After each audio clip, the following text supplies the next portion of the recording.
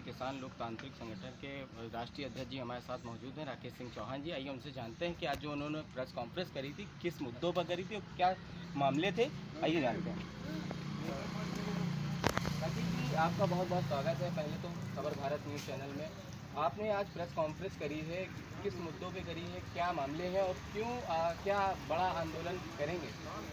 जैसा कि इस समय उत्तर प्रदेश के ज्वलंत मुद्दों में सबसे पहला है गन्ना भुगतान।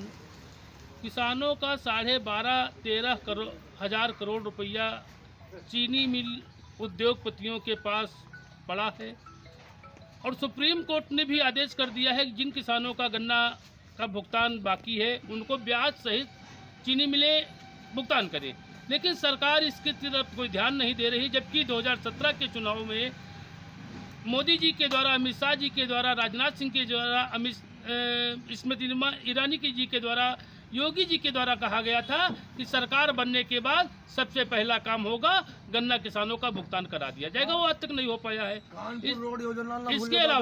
इसके अलावा उत्तर प्रदेश में बिजली का रेट बहुत ज़्यादा है।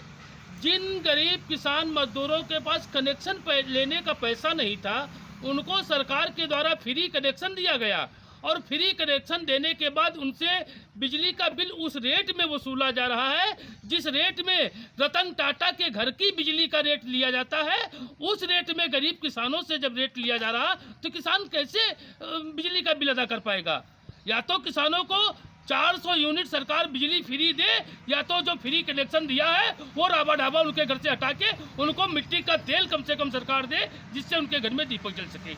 किसान सिंधु बॉर्डर पे अभी भी डटे हुए हैं। जो है किसान जो है, अभी राकेश टिकैत भी आए थे लखनऊ में, उन्होंने भी किसानों को लेकर बात करी थी, तो वहीं आपका इस पे क्या कहना है? देखिए, दिल्ली में जो आंदोलन 8 महीनों से चल रहा है वो कोरोना काल में केंद्र सरकार के द्वारा लाए गए 3 कृषि विधेयकों के खिलाफ चल रहा है। वो विधेयक किसी भी कीमत पे किसान हितैषी नहीं है। किसानों ने उनको पढ़ के देख लिया है, किसान नेताओं ने पढ़ के देख लिया है और आज वो 40 साल पहले वाला अनपढ़ किसान नहीं रह गया है। आज किसानों के बेटे IAS हैं, IPS हैं, बड़े बड़े पदों पर बैठे हुए पढ़े लिखे बच्चे घर में हैं। उन्होंने जब पढ़ के देखा तो वो बिल किसी भी कीमत पर किसानों के हित के लिए नहीं है। उनका विरोध किसान कर रहा है, लेकिन 8 महीने में लगभग 750 किसानों की वहाँ पर जब शहादत हो चुकी है, धूप, जाड़ा, गर्मी, बरसात सब जब किसान वहाँ सह रहा है, लेकिन वहाँ से 5 किलोमीटर की दूरी पर बैठे प्रधानमंत्री जी के कानों तक आवाज़ नहीं जा रही है और उन्होंने आज तक किसानों से वार्ता नहीं की है। लोकतंत्र में इससे ज़्यादा बुरा दिन नहीं देखने को मिल सकता है कि चुनी हुई सरकार अपनी जनता की आवाज़ को नहीं सुन रही है। उन तीनों कृषि कानूनों के विरोध में तो दिल्ली में हो रहा है प्रदर्शन और उत्तर प्रदेश में चुनाव आने वाला है। यहाँ की मूलभूत समस्या गन्ना भुगतान, समर्थन मूल्य गारंटी कानून, बिजली, पानी, क्रय केंद्रों पर जो अव्यवस्था है और सबसे बड़ी समस्या भाजपा के नेताओं ने कहा था अत्याचार न भ्रष्टाचार, अब की बार भाजपा सरकार। और हमारी समझ में चाहे वो थाना हो, चाहे वो तहसील हो, चाहे वो ब्लॉक हो, किसी भी सरकारी दफ्तर में अगर गरीब आदमी जाता है तो दावे के साथ कहता हूं और चैलेंज के साथ कहता हूं, उत्तर प्रदेश की सरकार में कोई भी मंत्री, यहाँ तक कि मैं मुख्यमंत्री से भी बहस करने के लिए तैयार हूँ और एक डिबेट हो जाए हमारी उनके साथ, एक बहस हो जाए और उस पर पूरे प्रदेश के नागरिकों की राय ले ली जाए। बिना घूस दिए किसी भी विभाग में गरीब किसान मजदूर का कोई काम नहीं हो रहा है।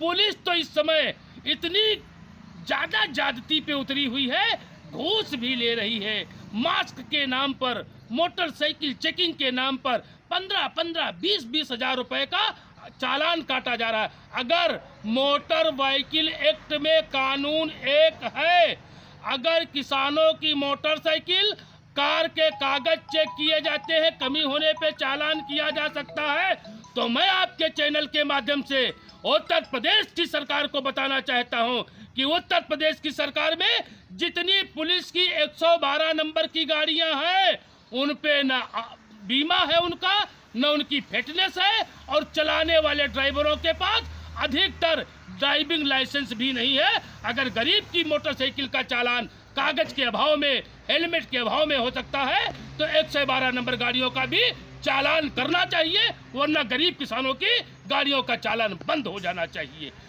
मोदी जी कहते हैं कि चाहे मास्क हो, चाहे अंगोछा हो, चाहे रुमाल हो, कोरोना काल में जो जिसके पास है वो अपने मुंह को ढक के रखे। लेकिन मेरा जब गरीब किसान सड़क पर निकलता है, गमछे से मुंह बांधे रहता है, उसके बाद भी मास्क के नाम पर 1000-2000 रुपए का चालान पुलिस के द्वारा कर दिया जाता है। ये बंद होना चाहिए, भ्रष्टाचार बंद होना चाहिए। अगर भ्रष्टाचार बंद न हुआ तो 2017 में जितनी ताकत के साथ किसानों ने वोट देने का काम किया था, उतनी ताकत के साथ सरकार को हटाने का काम किसानों के द्वारा किया जाएगा। और हम जहां पर बैठे हैं, ये कानपुर रोड योजना है।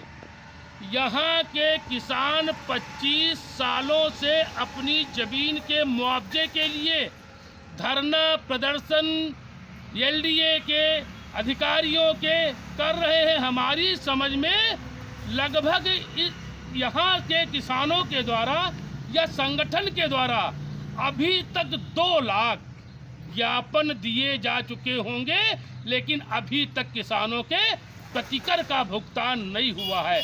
जिन किसानों की जमीन 25 साल पहले ले ली गई थी और उसको एलडीए के द्वारा विकसित करके बड़े बड़े पैसे वालों के घरों को बेच दिया गया था, उन्होंने बड़े बड़े मकान बना लिए हैं, और प्रतिकर न मिलने के अभाव में जो भूमिधरी था, जो किसान था, जो जमींदार था, आज उन पैसे वालों के घरों में हमारे घर की, किसानों के घर की माताएं बहनें झाड़ू पोछा करके अपने जीवन का निर्वाह कर रही हैं।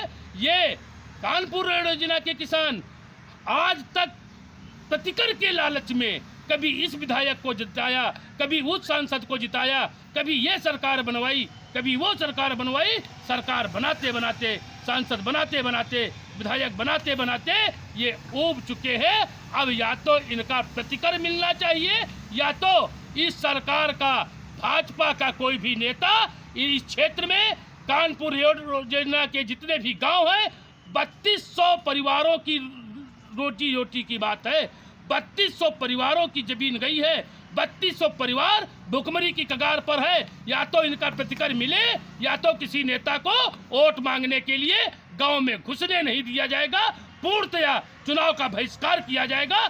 अगर भुगतान हो जाता है तो सरकार के पक्ष में वोट किया जाएगा, अगर भुगतान नहीं होता है तो भाजपा के विपक्ष में यहाँ का किसान वोट देने का काम करेगा।